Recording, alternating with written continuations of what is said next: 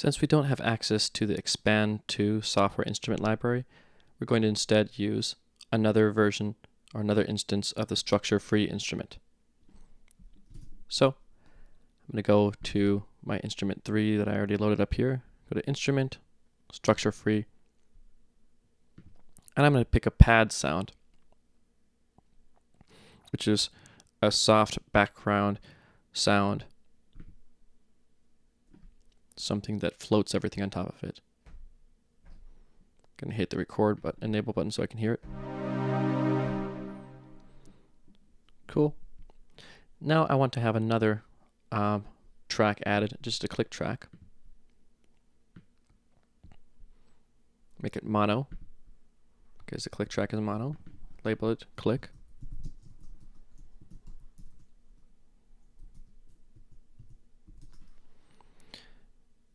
Gonna pick my instrument, which is the click. Fine. And then down here where it says click count off, it says 2 bars here. That's fine. So it's not going to start recording immediately. Okay, I'm actually going to label this strings. Okay, recorded enabled. Hit record. Hit play.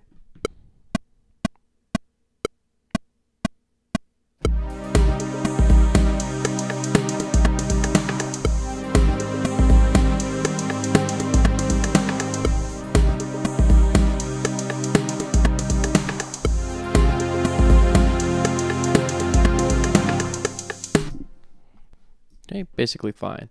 I already have built-in velocity into this instrument, but you'll notice that the notes here aren't all exactly in time.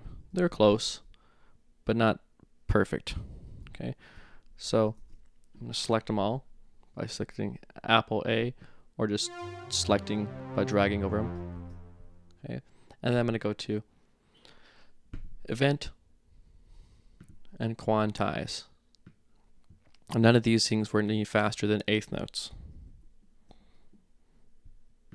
So I'm going to hit 1/8 note and apply. And now they've all been added to where I want. This thing is a mistake though, so I'm going to delete that. These ones should be a little bit further to right. It's not as important.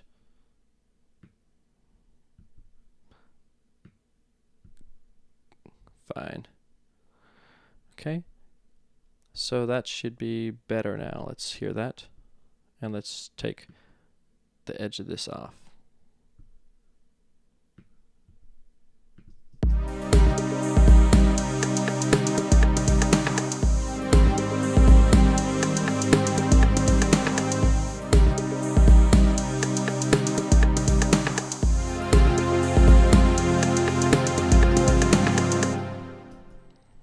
Okay, cool. One more track down. Here it says on C that each track must have an adjusted pan position. That's going to change the sound to be in a different part of the stereo field from left to right. And that's a good overall thing to do to make there be more balance and more physical, realistic sound to all your tracks. We're not going to do that right now, though. We're going to do that towards the end. So for the moment here, we're going to go ahead and put this one MIDI only track in here and have it send to channel 4 of Expand 2. Well, we can't send it to Expand 2 since we don't have instruments there. So instead we're going to take this MIDI only track and send it into instance of structure.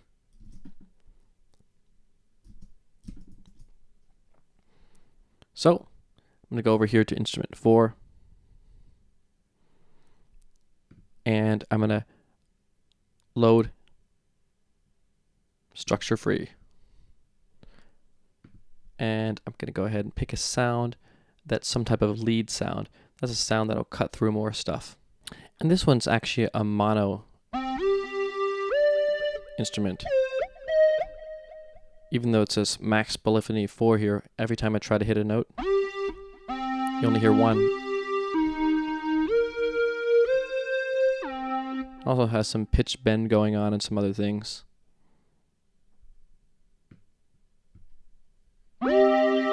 If I hit this poly, I can play multiple at the same time.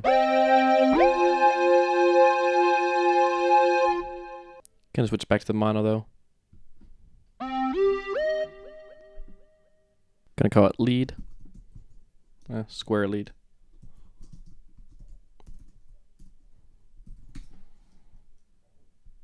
Cool, and now I'm gonna record that.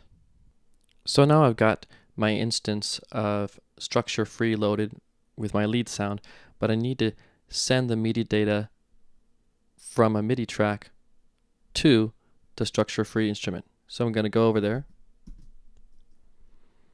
and I'm going to go track, new, but this time it's going to be, doesn't matter mono stereo because MIDI doesn't have those options, MIDI track, and hit create. I'm going to call it MIDI lead. Now what I need to do with this MIDI lead is I need to send it somewhere. So I need to take its output down here and I need to send it to structure free. But I have a couple instances of it. I have this structure free up here, this structure free for the strings, and this structure free.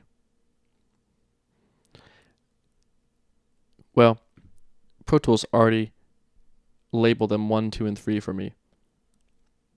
And I'm going to go ahead and select the third one, which is this one that has a square lead on it, and select channel 1. Now when I hit this record button here and hit the keyboard, it sends its MIDI data from this MIDI track to the structure free instance. Each time I load one of these samplers up here, like structure free, it takes a certain amount of processing power from the computer. And if I have a ton of these, at some point my computer won't be able to handle running them all.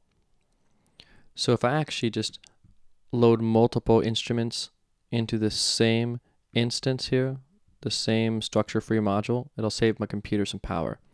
This is one of the reasons why I want you to send your MIDI data from a MIDI track to some sampler like this.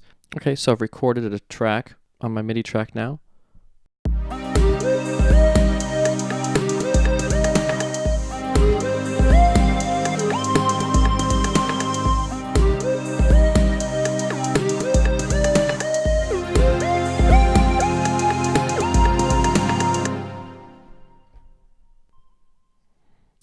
Cool, cut out the last part.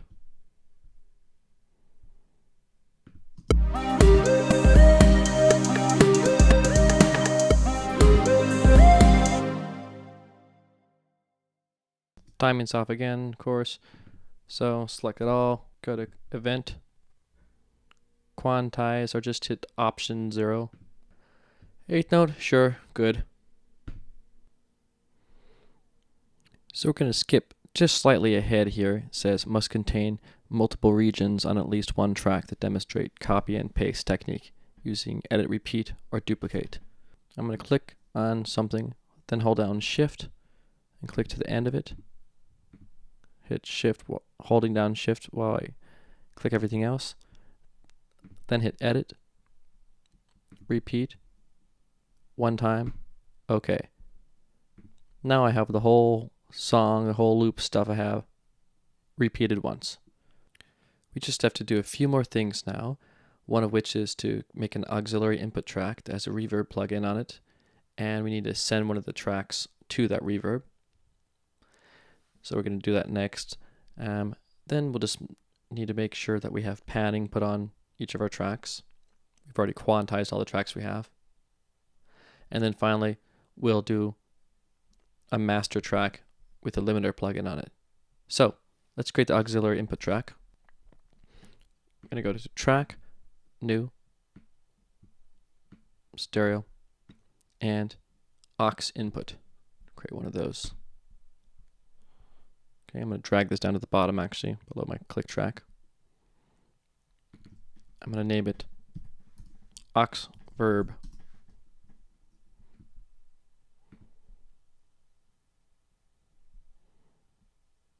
Going to go to reverb and pick air reverb. Go to the settings here, and I'm going to pick some big sounding one. concert hall. Next thing I have to do is I have to send some sound to it. So what I'm going to send to it is I'm going to send this original glass strike sound that I had from back in the day.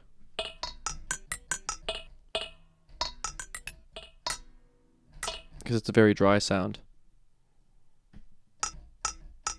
Just ends like that.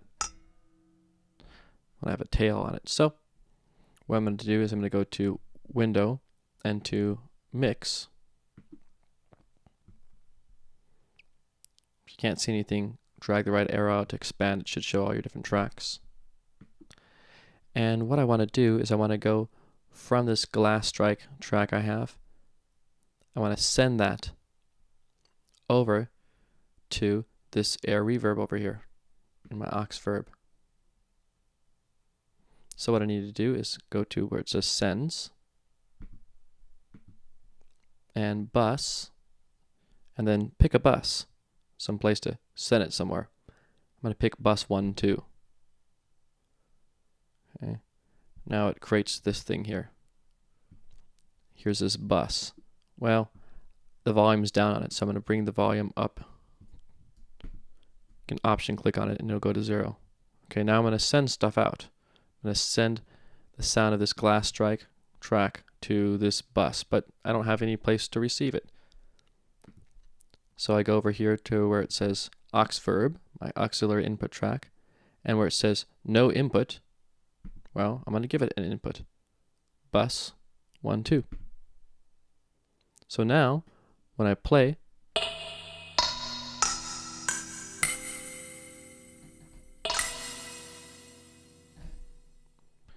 it coats it all with reverb.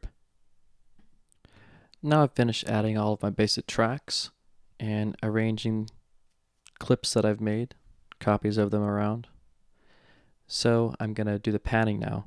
I'm going to start out in the beginning, and I have this glass sound, the reverb on it, some chords.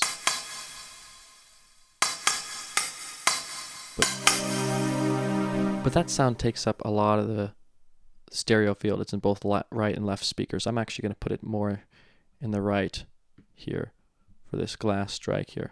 So now listen to it. More the right side of the speaker.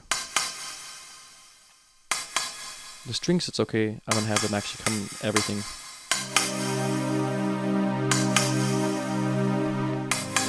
Actually, let's see. Maybe I'll take them down a little bit.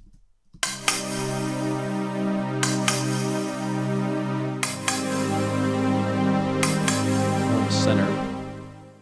I'm going to try to actually take a little bit out of the left channel so I can hear more of the bass come in a second here.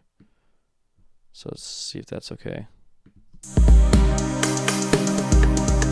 much right? Good, that's about right. I'm going to take the bass and I'm going to put that left. Now some of these other tracks are down or too high too. I can't really hear them. So I'm going to move some of them down here.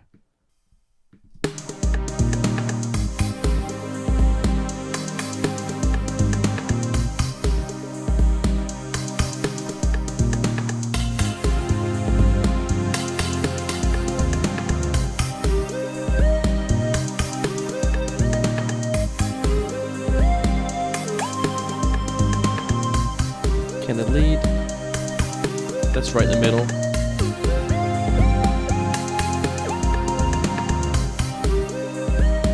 So no need to adjust that. Okay, so everything's panned now. We have everything kind of put into some place where we can hear it.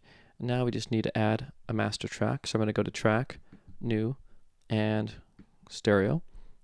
Go to here, Master Fader, and hit Create. We're going to take this and put it all the way down to the bottom. And this master fader is going to show us how we're doing with levels and everything. It's going to show us how loud everything is. So I'm going to select a section that I want to hear that has all the different sounds in it.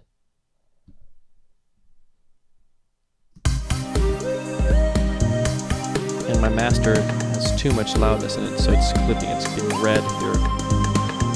So the last thing we need to do on there is we need to put a plugin into it. Dynamics here. and put in a compressor limiter. So we're going to use this compressor limiter as a limiter, meaning it's going to make it so that we can't have things become too loud, and then make what's called digital clipping. And the way to do that is we take the ratio, or the amount at which it smacks loud things down if they get too loud. We're going to make that ratio 101. Now I'm going to bounce the file to disk. So I go File, Bounce to Disk. I'm going to make sure it has a MP3 on it. Bounce source should just be output 1, 2. Here I want to make sure it's not multiple mono, but stereo interleaved. Otherwise you're going to have a left and a separate right channel. You can put it directly to SoundCloud and stuff if you want. And I'm going to do this offline bounce, which you can do if you have Pro Tools 11. And if you have Pro Tools 11, it'll bounce it to disk as fast as the computer can do it, rather than taking as many seconds long as your project is.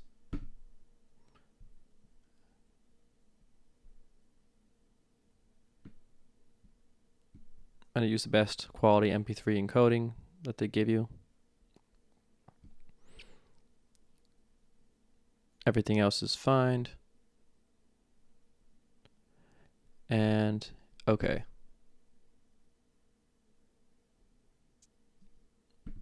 Is this project one?